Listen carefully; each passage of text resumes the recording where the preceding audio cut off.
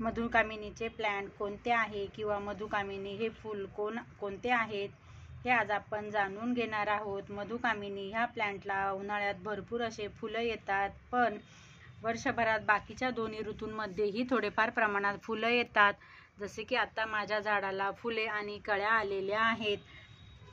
ओम साईराम, तुमचे माझ्या व्हिडिओमध्ये स्वागत आहे। व्हिडिओ कुठे न स्किप करता पूर्ण बघा आणि आवडल्यास लाईक आणि सबस्क्राईब करा। एकदा जर तुम्ही मधुकामिनीचे झाड लावले तर 4-5 वर्ष किंवा त्यापेक्षा अधिक दिवसांपर्यंत त्याला फुले येतात। मधुकामिनीचा सुगंध मनमोहक असल्यामुळे आपल्या बाल्कनीमध्ये हे झाड लावलेले चांगले असते की ज्याचा सुगंध आपल्या घरभर पसरतो आणि आपल्या घरातही छान असा सुगंध येतो। मधुकामिनीच्या झाडाला सर्वात चांगले इंडोर व आउटडोर झाडांपैकी एक मानले जाते। वास्तुशास्त्रानुसार हे झाड आपण आपल्या घरात आनंद येतो असे मानले जाते। त्यानंतर हे झाड कमी देखभालीत चांगले वाढते आणि या झाडाला गुच्छांच्या स्वरूपात फुले येतात, जे फुलपाखरे किंवा चिमण्यांना आकर्षक करतात। मधुकामिनी या झाडाचे शास्त्रीय नाव मुरैया पेनिक्युलेटम आहेत। या झाडाला सफेद रंगाचे फुले येतात, जे घरात सजावटीसाठी वापरले जातात व आयुर्वेदातही औषधे बनवण्यासाठी पण त्याचा उपयोग होतो। सुगंधित फुलांपैकी मधुकामिनीचे हे दिवस रात्र मनमोहक करणारे व सुगंध देते।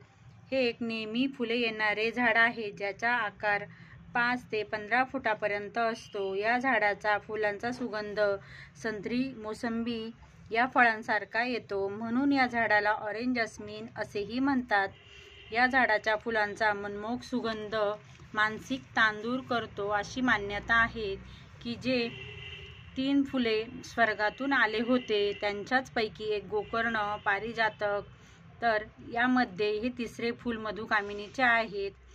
तर त्या झाडाच्या किंवा झाडांच्या पानांचा आज आपण फायदा बघणार आहोत। या झाडाची जी पाने आहेत ती जी 2 पाने पाण्यात टाकून जर उकळून पिले तर श्वासासंदर्भात जे आजार आहेत त्यांच्यापासून मुक्तता मिळते, आपला घसा साफ होतो। मधुकामिनीचे जे पानं आहेत ते फार लाभदायक आहेत असे मानले जाते, ज्यामुळे ते शुभ कार्यात किंवा आपल्या लग्न मंडपातही त्याचा वापर केला जातो। तर माझ्या झाडाला आता थोड्याफार प्रमाणात फुले आलेले आहेत।